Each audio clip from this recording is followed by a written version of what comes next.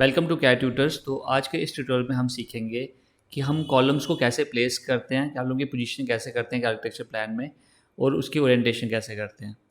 जब जब भी आर्किटेक्चर प्लान एक रेडी हो जाता है तो बीइंग ए स्ट्रक्चर डिज़ाइनर सबसे पहला स्टेप होता है कि हम कॉलम को पोजीशन करते हैं। तो कॉलम को पोजीशन करने के लिए कुछ फैक्टर्स हमें कंसीडर करने पड़ते हैं। पहली जो कंसिड्रेशन हम लेते हैं वो रहती है स्ट्रक्चरल कंसिड्रेशन। स्ट्रक्चरल कंसिड्रेशन में हम स्टडी करते हैं कि कौन से लोड, टाइप्स ऑफ लोड जो अप्लाई हो रहे हैं वो इंक्लूड करते हैं dead load, live load, wind load, seismic load, सब ठीक है। और सेकंड रहता है स्ट्रक्चरल कंसिड्रेशन में, सेकंड जो पॉइंट हम कंसीडर करते हैं वो रहते हैं स्पैन लेंथ। जो लेंथ ऑफ द स्पैन है वो अफेक्ट करती है साइज और टाइप ऑफ बीम जो हम यूज़ कर रहे हैं। अगर लॉन्गर स्पैन अगर रहेगा तो उसमें हमें बीम्स को, डेप्थ को बढ़ाना पड़ता है। सेकंड जो कंसिडरेशन रहती है वो रहती है मटेरियल प्रॉपर्टीज़, कि हम जो मटेरियल यूज़ करने लगे हैं अपने स्ट्रक्चर के लिए वो कौन सा यूज़ करने लगे हैं। तो मेनली 3 तरह के मटेरियल यूज़ होते हैं। एक कंक्रीट होता है, एक स्टील होता है, वो टिम्बर होता है। कंक्रीट जो है मॉडरेट स्पैन के लिए यूज़ होता है, और स्टील जो यूज़ होता है वो लार्जर स्पैन के लिए होता है, क्योंकि height strength to weight ratio की वजह से। और थर्ड जो टिम्बर होता है, टिम्बर मेनली यूज होता है स्मॉलर स्पैन्स के लिए। थर्ड जो कंसिडरेशन हम लेते हैं वो रहती है हमारी आर्किटेक्चरल और फंक्शनल रिक्वायरमेंट्स। मतलब जब हमें वाइडर स्पेस यूटिलाइजेशन चाहिए होती है तो हमारे कॉलम्स के बीच का डिस्टेंस हमें बढ़ाना पड़ता है, और इन कॉलम्स को हम इस तरह से प्लेस करते हैं ताकि ये हमारी स्पेस की यूटिलाइजेशन को ख़राब ना करें। हम कॉलम को कभी भी रूम के सेंटर में प्लेस करने नहीं करेंगे। तो ये सब फैक्टर्स हमें कंसीडर करने पड़ते हैं। दूसरा, हमें एस्थेटिक डिज़ाइन को भी कंसीडर करना पड़ता है। तो कॉलम को हमें इस तरह से प्लेस करेंगे ताकि वो एस्थेटिकली अपीलिंग लगे। थर्ड जो सबसे इंपॉर्टेंट कंसिडरेशन होते हैं वो तो इकोनॉमिक कंसिडरेशंस। जो अगर हम स्पेसिंग ज़्यादा वाइड रख देते हैं, मतलब कॉलम्स के बीच की स्पेसिंग को ज़्यादा रख लेते हैं, तो ऑब्वियसली हमें जो रेनफोर्समेंट है उसको इंक्रीज़ करना पड़ता है। और अगर हम बिल्कुल कॉलम्स को एक दूसरे के पास रखेंगे तो हमारे नंबर ऑफ़ कॉलम्स इंक्रीज़ हो जाएंगे। तो हमें एक बैलेंस लेके चलना पड़ता है ताकि हमारी इकोनॉमिक कंसिडरेशन भी फुलफिल हो। तो ये हो गया थ्योरी पार्ट। अब इसको इम्प्लीमेंट करने के लिए हम चलते हैं अपनी स्क्रीन पे। तो कैड के प्लान को मैंने ओपन कर लिया हुआ है। तो सबसे पहला स्टेप क्या करेंगे, हम लेयर प्रॉपर्टीज़ में जाएंगे। लेयर प्रॉपर्टीज़ में एक नया लेयर डिफाइन कर लेते हैं जिसका नाम रख लेते हैं कॉलम। इसकी कलर का लेयर हम कलर चेंज कर देते हैं, ग्रीन कलर रख दिया मैंने। इसको क्लोज करते हैं और रेक्टेंगल कमांड में जाके एक कॉलम क्रिएट कर लेते हैं। इसको क्रिएट करने से पहले हम इस लेयर को एक्टिव कर लेते हैं, और यहाँ पे हम एक रेक्टेंगल कमांड लेके 0.3 इंटू 0.45, तो एक रेक्टेंगुलर कॉलम जिसका 0.3 इंटू 0.45 एक साइज़ है वो हमने ले लिया। इसमें हम हैचिंग कर देते हैं। तो मैंने हैचिंग इस तरह से कर दी है। तो अब हम इस कॉलम को प्लेस करेंगे। तो कॉलम को प्लेस करते हैं, सबसे पहले हम एक कॉपी लेते हैं। हमें कॉलम्स को सबसे पहले कॉर्नर्स पे प्लेस करना है, फिर उसके बाद हम स्पैन को कंसीडर करेंगे। तो कॉपी ले लेते हैं इसकी। तो एक कॉपी मैंने यहाँ पे रख दी, एक को कॉपी लेते हैं, वो कॉपी, एक कॉपी मैंने इसके इस कॉर्नर पे रख दी।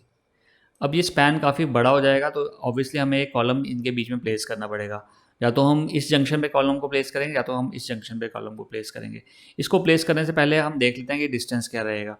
अगर मैं कॉलम्स इन दो यहाँ पे इस जंक्शन में प्लेस करता हूँ तो ये स्पैन हमारा हो जाएगा ऑलमोस्ट आपका 2.6 मीटर के करीब, और ये स्पैन आपका थोड़ा लंबा हो जाएगा। तो डायमेंशन प्लेस करते हैं यहाँ से यहाँ,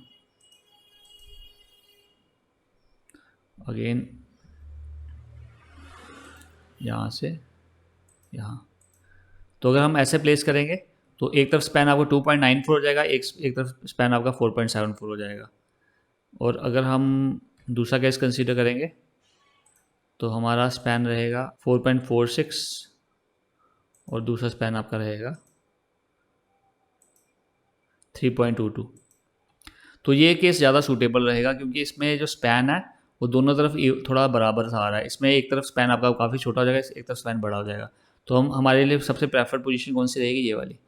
तो इन डिस्टेंसेस को हम डिलीट कर देते हैं और यहाँ पे मैं इसको कॉलम को प्लेस कर लेता हूँ। तो मैंने इसको सिलेक्ट किया, कॉपी, इस पॉइंट पे पकड़ा, यहाँ से यहाँ पे इसको प्लेस कर दिया। अब नेक्स्ट जो कॉलम प्लेस करना है वो या तो हम यहाँ प्लेस करेंगे या तो यहाँ प्लेस करेंगे। यहाँ पे प्लेस करते हैं, ये डिस्टेंस काफ़ी कम है, तो इकोनॉमिकल पॉइंट ऑफ व्यू से हम कंसीडर करें तो हम यहाँ पे नहीं रखेंगे इसको। ये ऑलमोस्ट 3 मीटर है, और अगर मैं यहाँ से देखूँ तो इस पॉइंट से इस पॉइंट तक देखेंगे तकरीबन 5.885 है, ये चलेगा हमारा।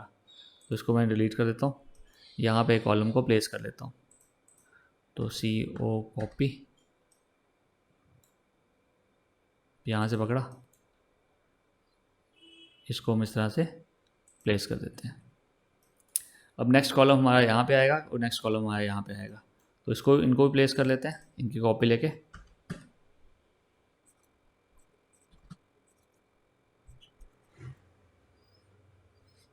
उसके बाद ये स्पैन देख लेते हैं, DI डायमेंशन लेते हैं।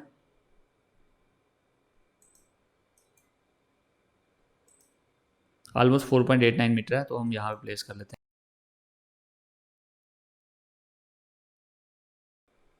अब 3 कॉलम्स हमारे यहाँ पे आएंगे। ये कॉलम्स एक्चुअली वैसे आएंगे जैसे ऊपर वाली साइड आएंगे, क्योंकि साइज सेम है आपका। तो इसको भी लगा देते हैं। ये कॉलम प्लेस करने के बाद अब हम 2 चीज़ें और कंसीडर करेंगे, एक स्टेयरकेस और एक लिफ्ट। तो लिफ्ट और स्टेयरकेस में हमें एक्स्ट्रा कॉलम्स को लगाना पड़ता है।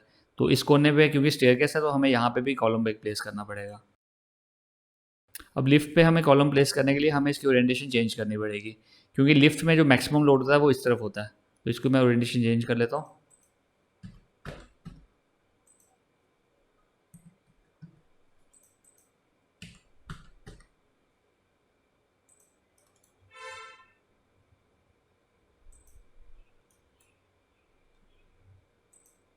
तो 4 कॉलम्स मैंने लिफ्ट के 4 कॉर्नर्स पे प्लेस कर दिए। तो पोजीशन हम कॉलम के अपने कर चुके हैं। तो नेक्स्ट स्टेप में हम ओरिएंटेशन करेंगे। तो ओरिएंटेशन को ना अच्छे से समझने के लिए हम ई टैब्स को ओपन करने लगा हूँ मैं, तो हम आपको ओरिएंटेशन उसमें समझाएंगे। तो मैंने ई टैब्स को ओपन कर लिया। तो कॉलम, अगर आप इस कॉलम को ध्यान से देखोगे ऑटोकैड में, तो इसका एक साइड जो है वो शॉर्टर साइड है, एक साइड लॉन्गर है। एक साइड ये वाली लॉन्गर साइड है, ये वाली हमारी शॉर्टर साइड है। तो मैं इसको L और S बोल रहा हूँ। L रिप्रेजेंट्स कर रही है लॉन्गर साइड को, और S रिप्रेजेंट कर रहा है शॉर्टर साइड को। 2 कॉलम्स के बीच एक बीम को हम प्लेस करेंगे, उसकी 2 पॉसिबिलिटीज़ हैं। तो ई टैब में मैंने दोनों पॉसिबिलिटीज़ को ड्रॉ किया हुआ है। एक पॉसिबिलिटी ये है कि हम जो जो L वाली साइड है उसको हम परपेंडिकुलर रखें स्पैन के अबाउट, और एक है पोजीशन कि हम उसको L को स्पैन के एक्सिस के अबाउट अलाइन रखें। तो 2 पॉसिबिलिटीज़ हैं, ठीक है। एक परपेंडिकुलर रखेंगे, एक एक्सिस के अबाउट अलाइन रखेंगे। तो अब इस पे ना हमने लोडिंग को अप्लाई कर दिया हुआ है। ये लोडिंग मैंने 50 किलोमीटर के अप्लाई किया। दोनों सेम केसेस हैं, बस डिफरेंस सिर्फ ओरिएंटेशन का है। सारे साइज सेम है, सब कुछ सेम है। तो एनालिसिस में हम रिजल्ट देखते हैं एक बार। एनालिसिस मैंने किया हुआ है। तो डायरेक्ट हम बेंडिंग मोमेंट, इसका बेंडिंग मोमेंट डायग्राम हम देखने वाले हैं इसकी। तो बेंडिंग मोमेंट डायग्राम पे जाते हैं। तो मोमेंट को मैं अप्लाई करके ओके कर देता हूँ। तो पहले हम ये वाला जिसमें हमने परपेंडिकुलर रखा हुआ है, मतलब कहने का मतलब है जो एक्सिस, जो आपका बीम का एक्सिस है वो शॉर्टर स्पैन के अबाउट अलाइंड है। तो इसको देखते हैं ज़रा, इस पर राइट क्लिक करते हैं। तो इसमें बेंडिंग मोमेंट आपका ऑलमोस्ट 228 आ रहा है, ठीक है। तो अब सेकंड केस लेते हैं। इस पर मैं राइट क्लिक करता हूँ। इसमें बेंडिंग मोमेंट आपका 190 पॉइंट समथिंग आ रहा है। मतलब कहने का मतलब है कि अगर हम जो L वाली साइड है उसको बीम के अबाउट अलाइन रखेंगे तो बेंडिंग मोमेंट हमारा कम आएगा। ये आप थोड़ा इसको देखने से भी समझ जाओगे। देखो जैसे इस पर लोड अप्लाई हो रहा है ना, तो ये बेंड हो रहा है। बेंड होने की वजह से क्या हो रहा है, ये आपका जो कॉलम है ये भी बेंड होएगा, ठीक है। इसमें बेंडिंग मोमेंट प्रोड्यूस होगा। बेंडिंग मोमेंट प्रोड्यूस अगर वाइडर वाली साइड में बेंडिंग मोमेंट प्रोड्यूस होगा, तो ऑब्वियसली आपका बेंडिंग मोमेंट कम होगा, क्योंकि वो ज़्यादा स्ट्रॉन्ग है, ठीक है। तो इसी चीज़ को हमें अपने कैड प्लान पे भी इम्प्लीमेंट करना है। तो करके देखते हैं। तो कैड प्लान मैंने ओपन कर लिया हुआ है। अब हमने कॉलम को पोजीशन कर दिया था, बट अब हम ओरिएंटेशन को डिस्कस करेंगे। ओरिएंटेशन के लिए अब देखो हमारी प्रेफरेंस क्या रहेगी, क्योंकि हमारा जो जो एल वाली साइड है अगर वो बीम के साथ अलाइन रहती है, तो हमारा बेंडिंग मोमेंट कम प्रोड्यूस होगा। तो हमारा अब अगर जैसे ये केस लेते हैं हम, इस केस में ये जो कॉलम है इसके दो तरफ स्पैन है, एक तरफ ये स्पैन है, एक तरफ ये स्पैन है। तो हमारी प्रेफरेंस क्या रहेगी, जहाँ पे आपका कॉलम का स्पैन ज़्यादा है आपकी लॉन्गर साइड उसी साइड रहे, उसके साथ अलाइन रहे, ठीक है ना। तो अब हम डिस्टेंस चेक करते जाएंगे और उसको उसी हिसाब से ओरिएंटेशन को प्लेस करते जाएंगे। तो डिस्टेंस मैंने ये देख लिया, ये 4.46 है। तो ये डिस्टेंस भी चेक कर लेते हैं एक बार, यहाँ से यहाँ, ठीक है। तो ये आपका 5.81 का स्पैन है, ये 4.46। तो हमारी एल वाली साइड किस तरफ रहेगी, 5.81 वाली साइड रहेगी। सिमिलरली इसमें भी हमारी, क्योंकि ये बिल्कुल सेम केस है, तो इसमें भी हमारा स्पैन ये ठीक है, ये कॉलम भी चेक हो गया, ये कॉलम भी चेक हो गया। अब हम इसकी बात करते हैं, ठीक है। अब इसमें डिफरेंस क्या है कि इसमें इसके दोनों साइड स्पैन है, ठीक है ना। तो ऐसे केसेस में जहाँ पे कॉलम होता है, कॉलम के लेफ्ट साइड में भी स्पैन है, राइट साइड में भी स्पैन है, तो हम नेट स्पैन कंसीडर करते हैं, मतलब first span minus second span. तो इसको मैं चेक कर लेता हूँ एक बार, ये स्पैन ऑलमोस्ट आपका बन रहा है 4.46 minus 3.22 is the net span, और ये स्पैन कितना है हमारा 5.81। ऑब्वियसली 5.81 ज़्यादा है, तो इसकी डायरेक्शन ठीक है यहाँ पे, ठीक है। तो अब चलते हैं थोड़ा सा और आगे, अब हम इसकी बात करेंगे, ठीक है। तो इस वाले कॉलम की बात कर लेते हैं। तो इसमें भी आपका नेट स्पैन कितना रहेगा 4.46 माइनस 3.22, और इस तरफ आपका स्पैन वाइडर है, तो इसकी ओरिएंटेशन भी ठीक है। अब हम चलते हैं इस वाले की तरफ। तो अब ये जो कॉलम है, इसके भी दोनों इस साइड भी स्पैन है और इस साइड भी स्पैन है, तो हमें इन दोनों का डिफरेंस कंसीडर करना पड़ेगा। तो हम लीनियर में जाके डायमेंशन प्लेस कर लेते हैं एक बार।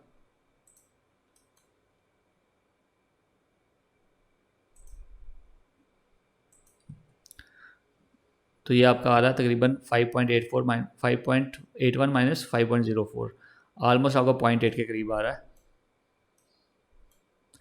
और यहाँ जो स्पैन है वो ऑब्वियसली वाइडर होगा इससे, ठीक है। तो इसकी ओरिएंटेशन हमें चेंज करनी पड़ेगी। नहीं, पहले हम इसकी बात करेंगे, सॉरी, पहले हम इसकी बात करें। 5.81 माइनस 5.04, ये स्पैन आपका वाइडर है, तो इसकी ओरिएंटेशन चेंज होएगी।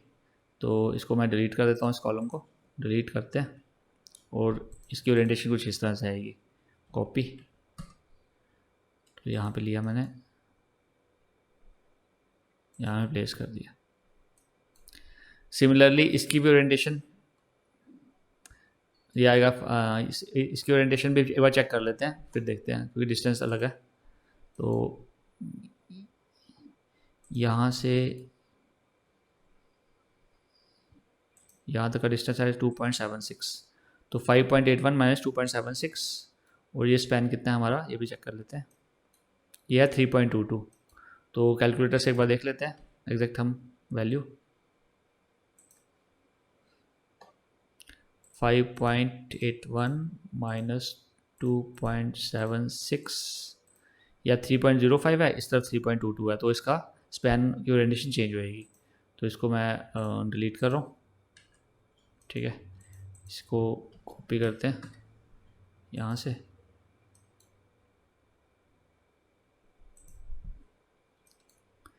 ठीक है। अब ये वाला केस कंसीडर होगा, तो अगेन लीनियर,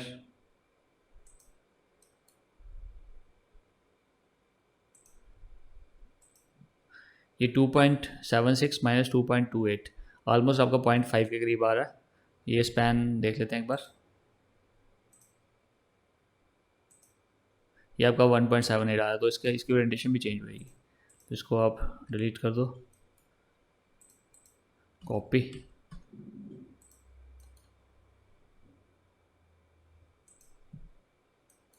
सिमिलरली इसकी बात करते हैं, यहाँ पे देख लेते हैं एक बार डायमेंशन डाल के,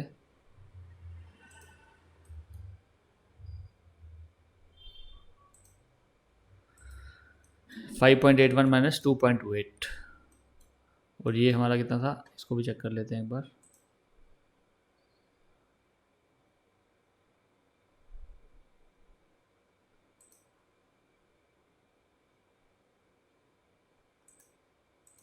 (1.778), तो ये चेक करना पड़ेगा कैलकुलेटर से। 5.81 माइनस 2.28, 3.53। तो ऑब्वियसली ये वाला स्पैन हमें इस तरफ ही रखना पड़ेगा, जैसे इसकी ओरिएंटेशन है, ओरिएंटेशन ठीक है इसकी। अब ये वाला लेते हैं हमारा 5.04 माइनस 5.81, तो इस तरफ इसकी स्पैन की, ये ऑब्वियसली ये वाली वैल्यू ज़्यादा है, ठीक है ना। 5.81 माइनस 5.04 ऑलमोस्ट 0.8 आएगा, और अगर पॉइंट एरो इसको कंसीडर किया जाए तो इसकी ओरिएंटेशन हमें चेंज करनी पड़ेगी। इसको भी हम डिलीट करते हैं, कॉपी,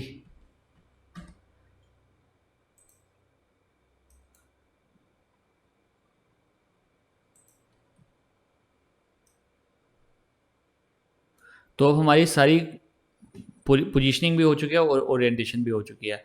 अब नेक्स्ट स्टेप में हम ना सेंटर लाइन प्लान बनाएंगे, वो हम नेक्स्ट लेक्चर में करेंगे। सेंटर लाइन प्लान बनाने के बाद हम उसको ई टैब्स में लेके जाएंगे।